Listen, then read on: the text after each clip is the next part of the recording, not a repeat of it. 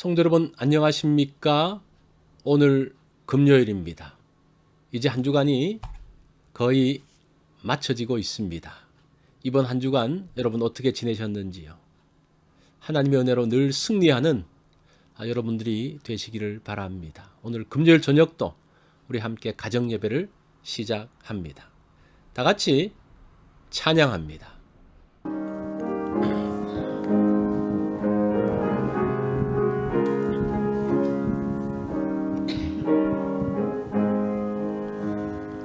어두운 내 눈 밝히사 진리를 보게 하소서.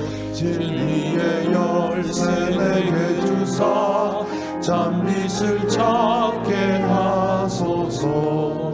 기쁘신 뜻을 알고자 엎드려 기다리오니 내 눈을 뜨게 하소서.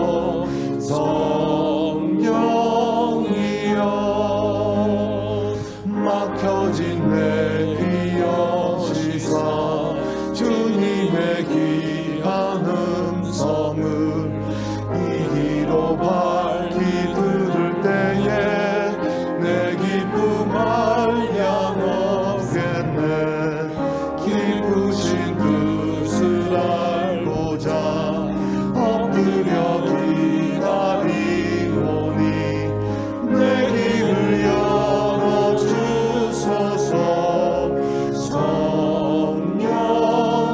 성령이여 멍해진 내 힘 여시사 복음을 널리 전하고 차가운 내 맘 녹여주사 사랑을 하게 하소서.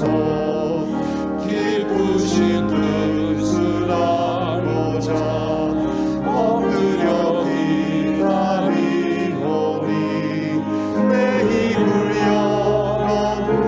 열어주소서.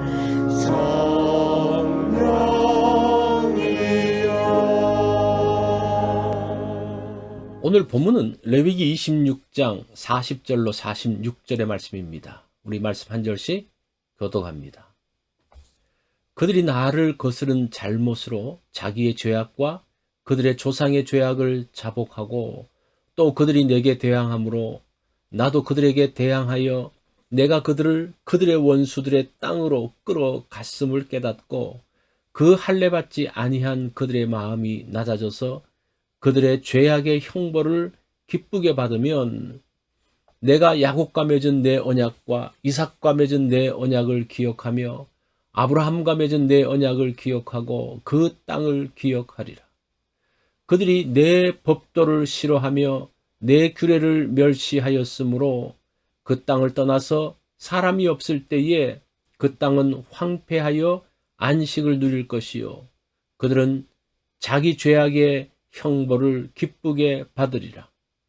그런즉 그들이 그들의 원수들의 땅에 있을 때에 내가 그들을 내버리지 아니하며 미워하지 아니하며 아주 멸하지 아니하고 그들과 맺은 내 언약을 폐하지 아니하리니 나는 여호와 그들의 하나님이 됨이니라.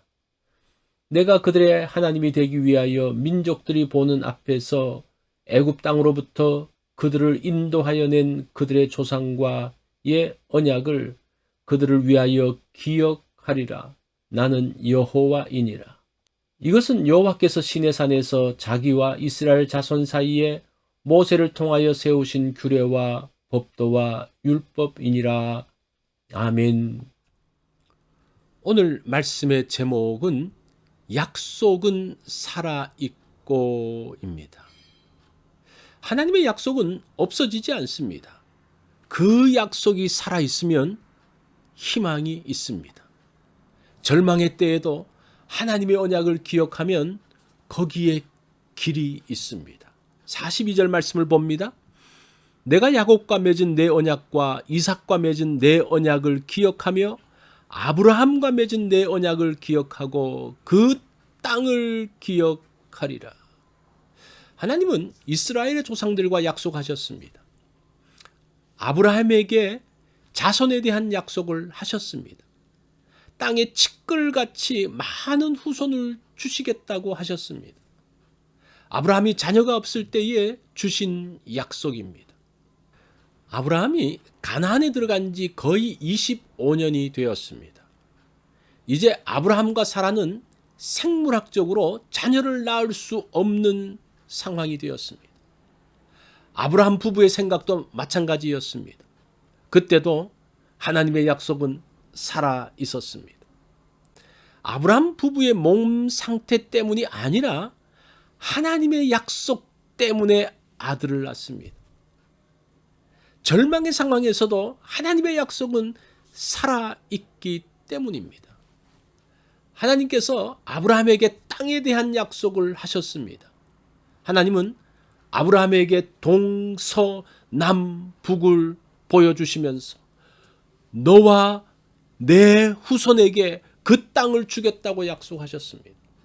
아브라함은 죽기까지 그 땅을 갖지 못했습니다. 그의 후손인 이삭, 야곱, 요셉도 그 땅을 얻지 못했습니다. 그러나 하나님의 약속은 없어지지 않고 여전히 살아 있습니다. 하나님이 살아계시는 한 그 약속은 여전히 유효합니다. 약속 때문에 하나님은 애굽에 있는 이스라엘을 찾아가십니다. 노예로 있는 그들을 구출하여 약속의 땅으로 인도하십니다. 이스라엘 자손들에게 가나안 땅을 주십니다. 40절로 41절 말씀을 봅니다. 그들이 나를 거스른 잘못으로 자기의 죄악과 그들의 조상의 죄악을 자복하고 또 그들이 내게 대항함으로 나도 그들에게 대항하여 내가 그들을 그들의 원수들의 땅으로 끌어갔음을 깨닫고 그 할례받지 아니한 그들의 마음이 낮아져서 그들의 죄악의 형벌을 기쁘게 받으면 이스라엘이 범죄함으로 인해서 약속의 땅에서 쫓겨납니다. 이때에도 하나님의 약속은 여전히 살아 있습니다. 하나님께서 조상들과 맺은 언약 때문에 이스라엘을 다시 회복시키십니다.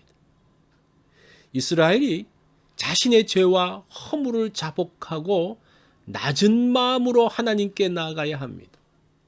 자신의 잘못을 인정하고 하나님의 형벌을 받으면 하나님께서 용서하십니다.